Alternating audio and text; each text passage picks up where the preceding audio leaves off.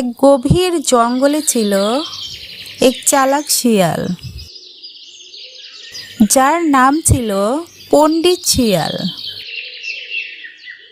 সে নিজেকে খুব বুদ্ধিমান মনে করত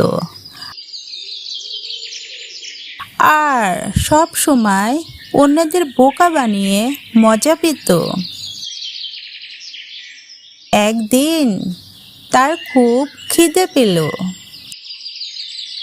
খাবারের খোঁজে ঘুরতে ঘুরতে সে দেখল একটা বিরাট বড় গাছে অনেক মিষ্টি জাম পেকে আছে, কিন্তু গাছটা এত উঁচু যে সে কিছুতেই উঠতে পারছিল না। শিয়াল পণ্ডিত তখন একটি ফন্দি আঁটল। সে গাছের নিচে গিয়ে ভান করলো যেন তার খুব কাশি হয়েছে। সে জোরে জোরে কাশতে লাগলো আর জামের দিকে তাকিয়ে করুণ মুখে বলল, আহারে, যদি কেউ এই জামগুলো পেরে দিত। আমার কাশি এত বেড়েছে যে চোখ দিয়ে জল পড়ছে।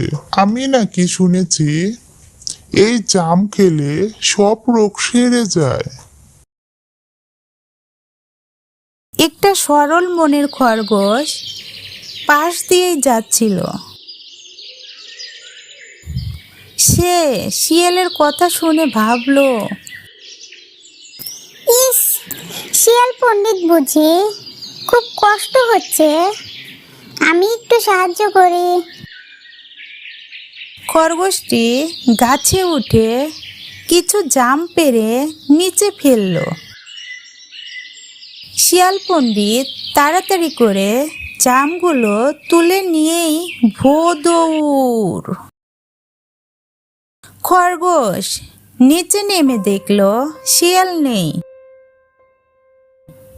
সে খুব মন খারাপ করে বসে পড়ল। শিয়াল পণ্ডিত হাসতে হাসতে যাচ্ছিল। কিছু দূর যেতেই সে দেখল একটা ছোট্ট গর্তে একটা মিষ্টির হাঁড়ি পড়ে আছে। নিশ্চয় কোনো গ্রামবাসী এখানে ফেলে গেছে। শিয়াল তো খুশিতে আটখানা। সে তাড়াতাড়ি করে হাড়ির মধ্যে মুখ ঢুকিয়ে দিল। মিষ্টিগুলো ছিল খুব সুস্বাদু, তাই শিয়াল মন ভরে খেতে লাগলো। কিন্তু যেই না মিষ্টি খাওয়া শেষ, শিয়াল দেখল তার মুখ হাঁড়িতে আটকে গেছে। কিছুতেই বের করতে পারছে না। সে যত চেষ্টা করে মুখ তত বেশি আটকে যায়। শিয়াল তখন ভয়ে চিৎকার করতে লাগলো, বাঁচাও, বাঁচাও। খরগোশ তখন সেই পথ দিয়েই যাচ্ছিল।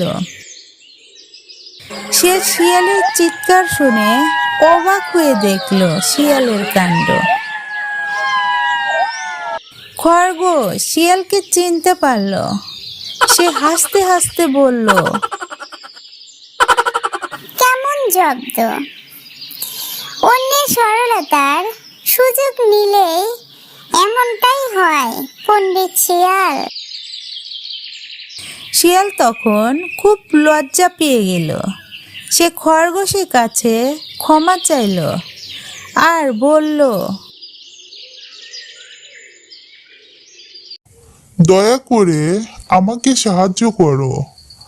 আমি আর কখনো এমন করব না। খরগোশ তখন বুদ্ধি করে একটা লাঠি নিয়ে এলো আর হাঁড়িটা ভেঙে দিল। শিয়াল হাঁড়ি থেকে মুক্ত হয়ে লেজ গুটিয়ে এক দৌড়ে পালালো। আর কোনো দিন কাউকে ঠকাতে সাহস পেল না। সেই দিন থেকে শিয়াল পণ্ডিত বুঝেছিল চালাকি করে সব সময় জেতা যায় না, আর বিপদে পড়লে সেই লোকই সাহায্য করে যাকে তুমি ঠকাতে চেয়েছিলে।